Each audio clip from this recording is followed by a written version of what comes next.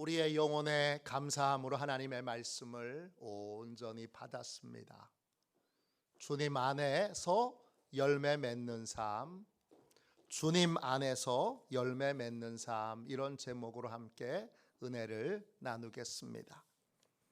구원의 진리는 위대한 하나님의 진리입니다. 구원의 진리는 한 번에 배울 수 있는 것이 아니고 평생에 공부하고 연구하며 성령께서 깨우쳐 주셔야 할 귀한 진리입니다. 저한테 목사님의 평생의 탐구, 연구의 과제는 뭡니까? 물어보시면 주저없이 말합니다. 구원입니다. 히브리서는 구원의 진리를 이렇게 표현했습니다. 히브리서 2장 3절입니다. 이같이 큰 구원, 이같이 큰이라고 하는 단어는 헬라어로 한 단어입니다. 텔리쿠토스라는 뜻입니다. 텔리쿠토스라는 단어입니다. 뜻은 너무나 커서 그 끝에 도달하기가 거의 불가능한, 이런 뜻입니다. 많은 분들이 오해합니다. 구원의 진리는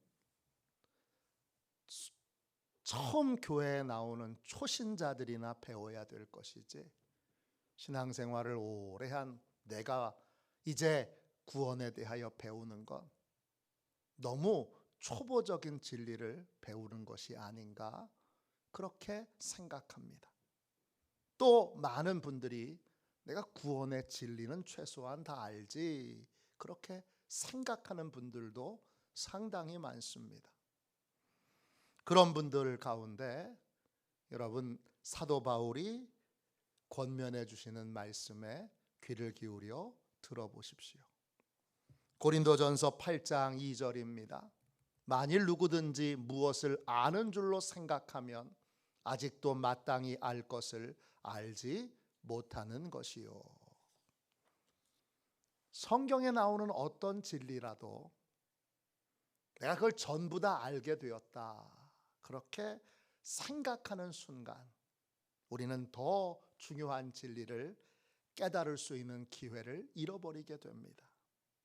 특별히 구원의 진리는 너무나 커서 그 진리의 내용을 전부 다 완벽하게 아는 사람은 한 사람도 없습니다.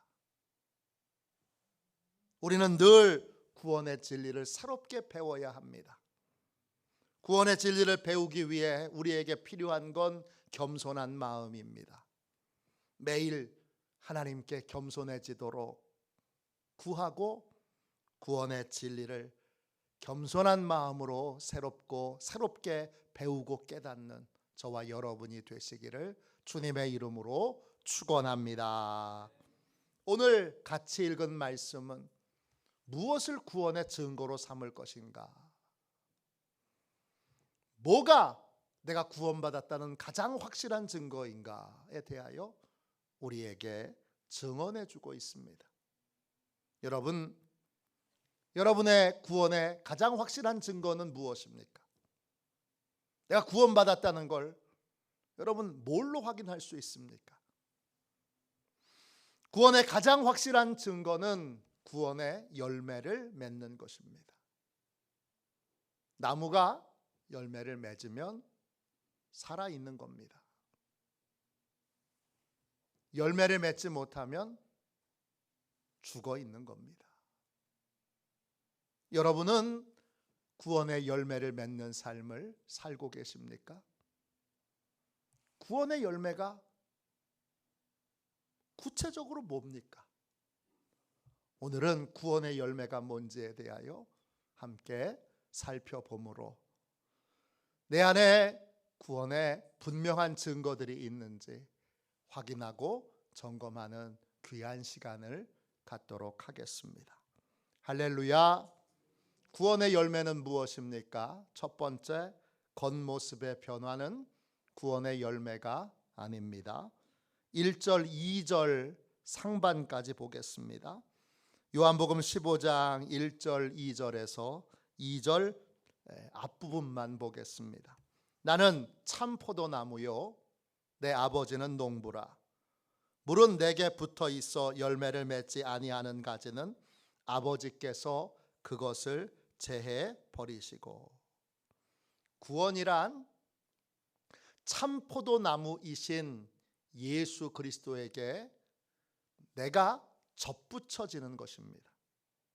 원래 나는 죄의 나무에 붙어 있던 가지였는데, 그래서 죄의 열매만 맺던 인생이었는데, 선한 목자이신, 선한 농부이신 하나님께서 나를 그 죄의 나무에서 꺾어서 선한 열매를 맺도록 예수 그리스도에게 접붙여 주셨습니다.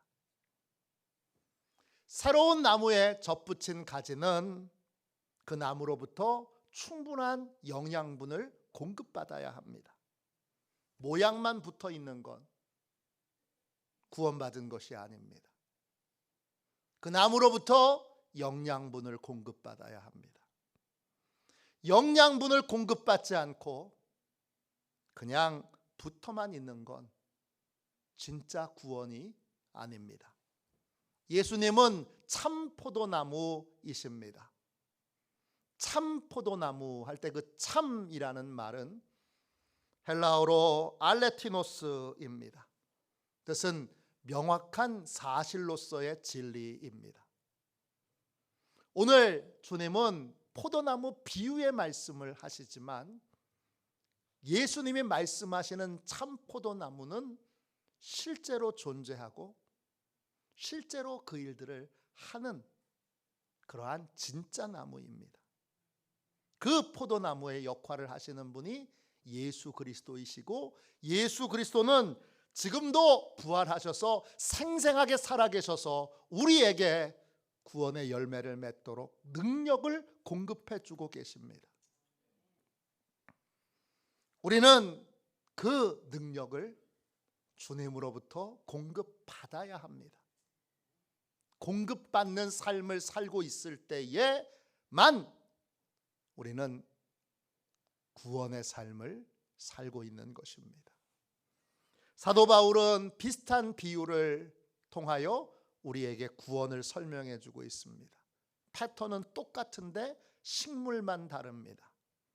그는 구원을 돌감람나무에서 가지를 꺾어서 참감람나무에 접붙이는 것이라고 구원을 설명합니다. 로마서 11장 17절입니다. 또한 가지 얼마가 꺾이었는데 돌감람나무인 내가 그들 중에 접붙임이 되어 참감람나무 뿌리의 진액을 함께 받는 자가 되었은즉 그랬습니다.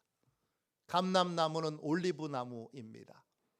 돌감람나무는 이스라엘 들에 사는 야생 올리브 나무인데 거기서 맺는 열매는 올리브와 똑같은 모양을 갖고 있지만 올리브처럼 좋은 기름을 짤 수 없는 쓸모없는 열매를 맺는 나무가 바로 돌감람나무입니다. 그런 쓸데없는 쓸모없는 열매를 맺던 나무에서 가지를 꺾어서 아주 좋은 극상품 올리브 열매를 맺을 수 있는 참감람나무에 접붙여지는 것이 구원입니다. 이때도 모양만 붙어 있으면 안 됩니다. 뿌리의 진액을 함께 받아야 합니다. 예배는 주님의 이 뿌리의 진액, 구원의 열매를 맺게 만드는 능력을 공급받는 시간입니다.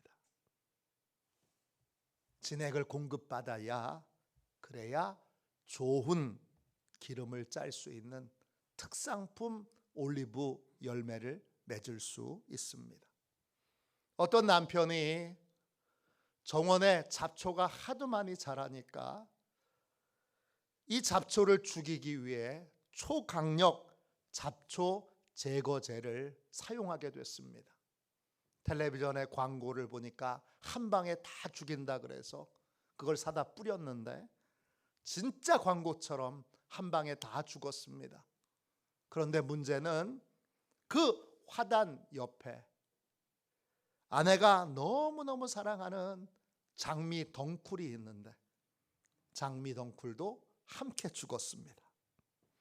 아내가 창문을 보면서 그 장미꽃을 볼 때마다 행복해했는데 이제는 장미꽃을 피울 수가 없습니다.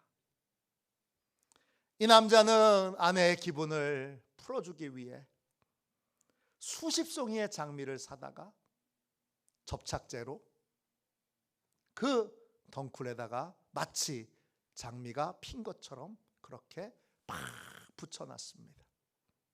문제가 해결된 건가요? 아닙니다. 얼마간은 진짜 장미가 핀 것처럼 보입니다. 그러나 곧 장미가 죽었다는 사실이 드러나게 됩니다. 그리 시간이 오래 걸리지 않습니다. 겉모양만 주님께 붙어 있는 건 구원이 아닙니다. 주일에 교회에 와서 예배를 드린다고 해서, 정기적으로 헌금을 한다고 해서, 각종 성경 공부에 참여한다고 해서 그것이 예수님께 붙어 있는 가장 확실한 구원의 증거는 아닙니다. 예수님께 붙어 있다면 반드시 구원의 열매를 맺을 수 있는 능력을 공급받아야 합니다. 아무런 능력도 공급받고 있지 않다면 예수님께 붙어 있는 것도 아니고 구원의 열매를 맺을 수 있는 참 구원을 받은 것도 아닙니다. 처음에는 자신도 속이고 다른 사람도 잠깐은 속일 수 있습니다. 그러나 곧 농부이신 하나님의 눈에 뜨이게 됩니다. 농부이신 하나님은 붙어 있지만 열매를 맺지 못하는 가지를 제거해 버리십니다. 진짜 구원은 겉모습의 변화가 아닙니다. 진짜 구원은 주님에게서 구원의 열매를 맺을 수 있는 능력을 공급받는 것입니다. 능력을 공급받는 삶을 사는 사람만이 구원의 열매를 맺을 수 있는 진짜 구원받은 사람들입니다. 모든 예배 가운데 하나님의 능력을, 주님의 능력을 공급받는 저와 여러분이 되시기를 주님의 이름으로 축원합니다. 두 번째 구원의 열매란 무엇입니까? 구원의 열매란 사랑의 대상이 바뀌는 것입니다. 예수님께 접붙여지는 것은 사랑의 대상이 바뀌는 것입니다. 20세기 후반 기독교에 가장 강력한 영향을 끼쳤다고 그렇게 평가받는 아더 핑크라는 목사님이 계십니다. 그분이 쓰신 책 가운데 사중구원이라는 책이 있습니다. 구원은 죄에서 구원을 받는 것입니다. 그런데 이 아더 핑크는 성경을 깊숙이 연구해 보고 나서 죄에서 구원받는 것이 결국 네 가지로 세분된다는 사실을 발견하게 됩니다. 그래서 그는 구원을 네 가지의 죄로부터 구원을 얻는 것이라고 그렇게 설명하게 됐습니다. 첫 번째가 죄의 쾌락에서 구원받는 것입니다. 두 번째가 죄의 형벌에서 구원받는 것입니다. 세 번째가 죄의 지배에서부터 구원받는 것입니다. 마지막 네 번째가 죄의 실존에서 구원을 받는 것입니다. 이 네 가지의 구원 중에 가장 중요한 것은 첫 번째 죄의 쾌락에서 구원을 받는 것입니다. 구원받기 전에 우리는 하나님보다 죄가 주는 쾌락을 더 좋아했던, 더 사랑했던 사람들입니다. 디모데후서 3장 4절입니다. 쾌락 사랑하기를 하나님 사랑하는 것보다 더하며. 구원받기 이전에 우리는 하나님보다 죄가 주는 쾌락을 더 사랑했습니다. 하나님의 심판이 있다는 걸 알면서도 구원의 은혜를 거절했던 이유는 죄가 주는 쾌락을 포기할 수 없기 때문입니다. 죄의 쾌락을 포기하지 않으면 우리는 경건의 모양만 있고 경건의 능력은 가질 수 없는 사람이 됩니다. 디모데후서 3장 5절입니다. 경건의 모양은 있으나 경건의 능력은 부인하니 이 같은 자들에게서 내가 돌아서라. 죄가 주는 쾌락을 포기할 수 없는 사람은 주님을 사랑할 수도 주님이 기뻐하시는 선을 사랑할 수도 없습니다. 이런 사람은 모양만 그리스도인으로 살 수 있습니다. 경건의 모양이 있다는 말을 하면 그렇게 모양만 흉내만 내는 그리스도인도 있다는 것입니다. 모양은 그리스도인인데 그를 움직이는 것, 실제로 움직이는 것은 죄입니다. 이런 사람은 죄가 주는 쾌락을 사랑하여 죄의 유혹에 쉽게 넘어갈 수밖에 없고 결국 죄에게 끌려다니는 삶을 살게 됩니다. 죄의 쾌락을 포기할 수 없는 인생은 결국 이 땅에서 죄가 주는 고통 가운데 살다가 영원한 하나님의 심판을 받게 됩니다. 구원의 열매는 사랑하는 대상이 달라지는 것입니다.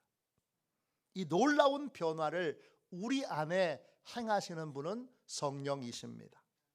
우리는 성령을 통해서만 죄의 쾌락을 사랑하는 삶에서 구원받을 수 있습니다. 성령님은 어떻게 우리를 구원하십니까? 우리 안에 하나님을 경외하는 새로운 본성을 만들어 주십니다.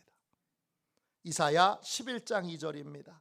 그의 위에 여호와의 영 곧 여호와를 경외하는 영이 강림하시리니.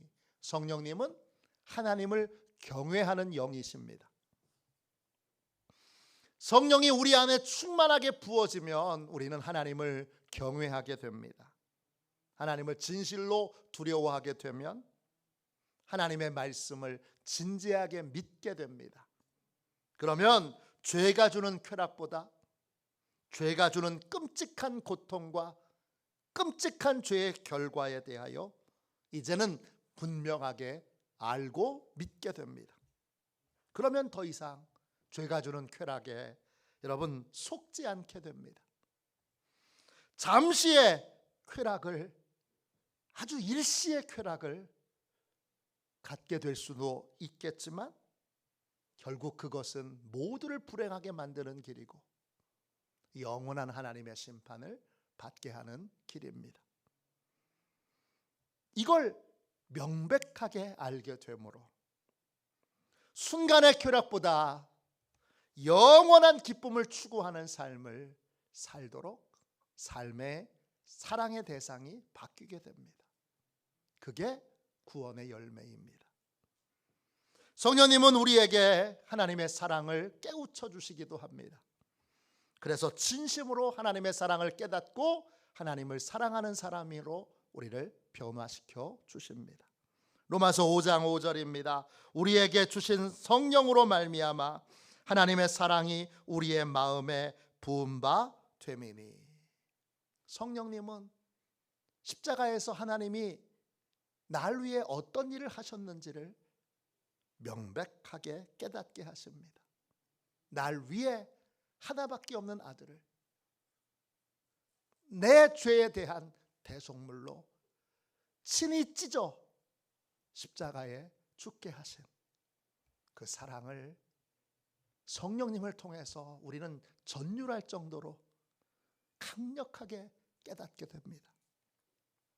그러면 하나님의 사랑을 진심으로 믿게 되고 그리고 하나님의 사랑을 믿고 하나님을 나도 사랑하는 사람이 됩니다.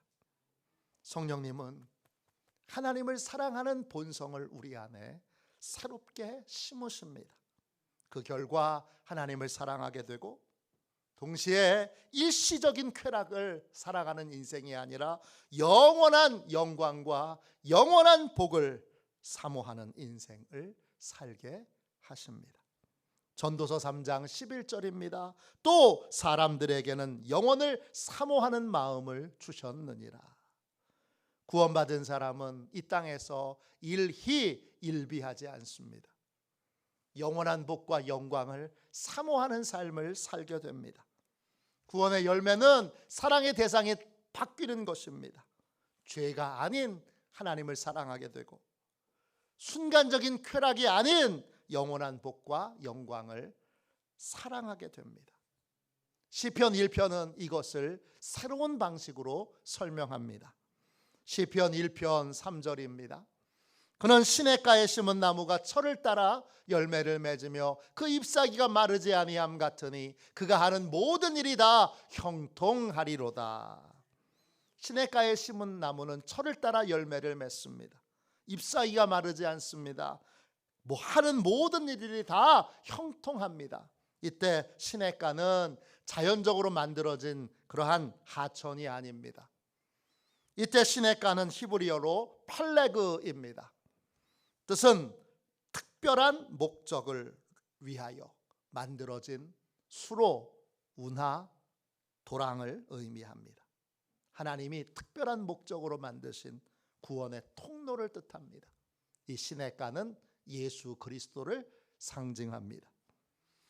우리는 그분에게 다시 심겨져야 합니다. 시냇가에 심은 할 때 그 심는다라는 말은 히브리어로 사탈입니다. 다시 그냥 처음부터 심어진 것이 아니라 원래 심어졌던 곳에서 뽑혀서 다시 심겨지는 것입니다. 다른 말로 이식하는 것입니다. 구원이란 내가 사랑했던 땅에 깊이 뿌리 내리고 있었던, 내가 사랑하는 대상들에 대하여 깊이 뿌리 내리고 있었던 삶에서 뽑혀서 예수 그리스도에게 새롭게 심겨지는 것입니다. 땅에 심겨졌다면 반드시 그 땅에 뿌리를 내려야 되는데 뿌리 내리게 만드는 힘이 사랑입니다.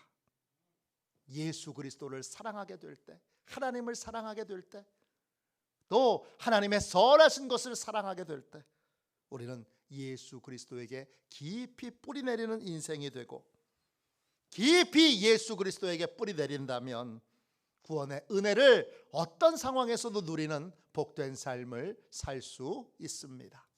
할렐루야. 메스키트라고 하는 나무가 있습니다. 저렇게 생긴 나무입니다. 멕시코 북부와 미국 일부에서 자라는 나무인데 콩과 식물을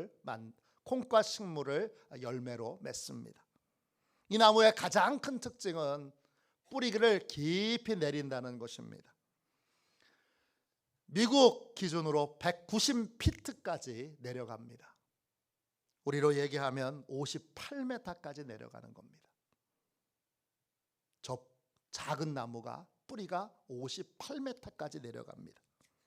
그래서 지하에 있는 물들을 다 빨아들이고 그리고 저장해 둡니다. 그러면 온종일 강렬하게 태양이 내려쬐는 사막 가운데서도 이 나무는 넉넉하게 생존할 수 있습니다. 구원은 사랑의 대상이 바뀌는 겁니다. 하나님을 사랑하게 되면 하나님께 깊이 뿌리 내리게 됩니다. 그러면 어떤 상황에도, 어떤 환경에도 굳건하게 구원의 은혜를 지킬 수 있는 사람이 됩니다. 저와 여러분이 그런 사람이 되시기를 축원합니다. 구원의 열매란 무엇입니까? 세 번째, 말씀의 능력으로 날마다 변화되는 것입니다. 요한복음 15장 2절 중간부터 4절까지 보도록 하겠습니다. 무릇 열매 맺는 가지는 더 열매를 맺게 하려 하여 그것을 깨끗하게 하시느니라. 너희는 내가 일러준 말로 이미 깨끗하여졌으니 내 안에 거하라. 나도 너희 안에 거하리라. 가지가 포도나무에 붙어 있지 아니하면 스스로 열매를 맺을 수 없음 같이 너희도 내 안에 있지 아니하면 그러하리라. 참 포도나무이신 예수 그리스도에게 접붙여진 가지는 더 열매를 맺게 하도록 농부이신 하나님이 가지치기를 하십니다. 더 열매를 맺게 한다 할 때 그 더는 헬라어로 플레이온입니다. 더 뛰어나게, 더 위대하게, 더 가치를 높여서, 이런 뜻입니다. 하나님은 구원받은 우리가 덜 가치 있는 삶에서 더 가치 있는 삶을 살도록 더 가치 있는 일에 집중하기를 원하십니다.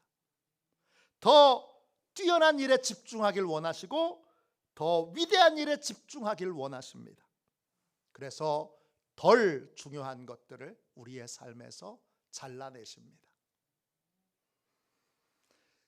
시간과 세월을 헛된 것에 낭비하지 않도록 하나님이 자를 건 자르고 또 정리할 건 정리하셔서 우리를 고치시고 바꾸십니다.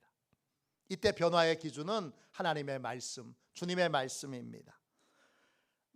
내가 일러준 말로 이미 깨끗하여졌다 했습니다. 주님의 말씀으로 우리는 계속 고쳐지고 바뀌어져서 덜 중요한 거, 덜 가치 있는 거, 덜 위대하게 하는 것들을 버리고 더 가치 있는 거, 더 위대한 거, 그 다음에 더 뛰어난 것에 집중하도록 하십니다. 디모데후서 3장 16절입니다. 모든 성경은 하나님의 감동으로 된 것으로 교훈과 책망과 바르게 함과 의로 교육하기에 유익하니. 하나님은 주님의 말씀인 성경을 통하여 우리에게 교훈도 주고 책망도 하시면서 우리를 고치고 바꾸십니다. 그래서 더 가치 있는 삶, 더 위대한 삶을 살게 하십니다. 주님의 말씀에는 우리를 변화시킬 수 있는 능력이 있습니다. 히브리서 4장 11절입니다. 하나님의 말씀은 살아있고 활력이 있어 좌우의 날선 어떤 검보다 예리하여 혼과 영과 및 관절과 골수를 찔러 쪼개기까지 하며 또 마음의 생각과 뜻을 판단하나니. 하나님의 말씀은 그 자체로 살아있고 활력이 있어 우리를 새롭게 변화시킵니다. 하나님의 말씀은 수술용 칼처럼 예리하여 우리의 마음과 생각과 뜻을 펼쳐 보여주십니다. 하나님의 말씀으로 우리는 하나님의 귀중한 일에 집중하는 삶을 살도록 계속 고쳐지고 바뀌어지고 다듬어지고 깎여집니다. 이 변화의 열매가 바로 여러분 거룩한 습관입니다.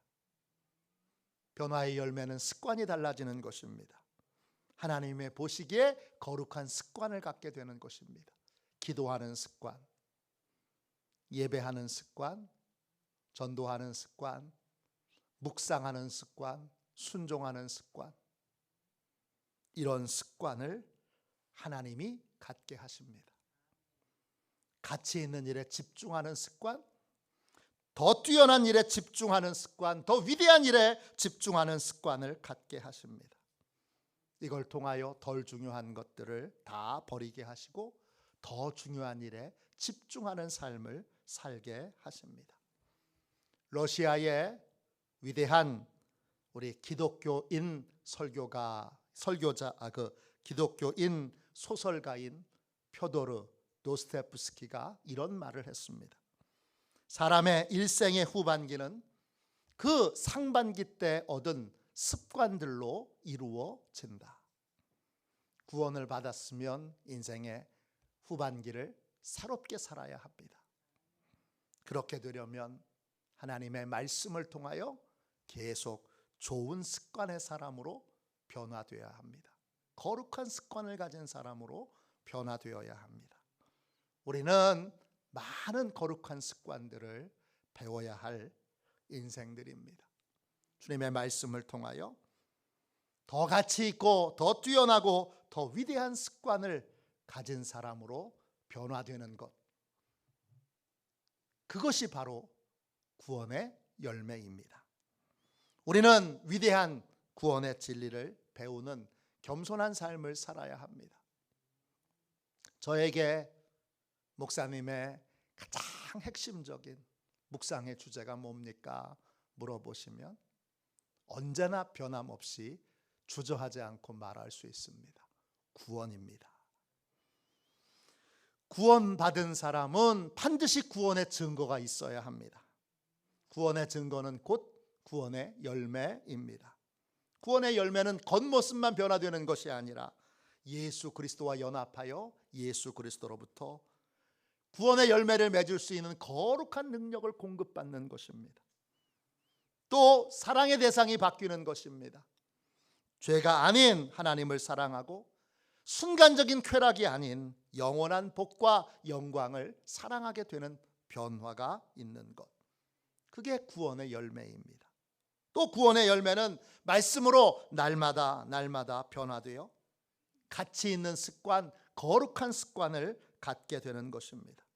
이런 구원의 증거가 여러분에게 나타나고 그 구원의 증거로 여러분의 식구들 다 여러분이 구원받았다는 걸 알게 되고 그들도 영향받아 다 가정이 구원되고 마을이 구원되고 또 이 도시가 구원되는 구원의 거룩한 통로로 쓰임받는 멋진 그리스도인들이 다 되시기를 주님의 이름으로 축원합니다. 이 시간 우리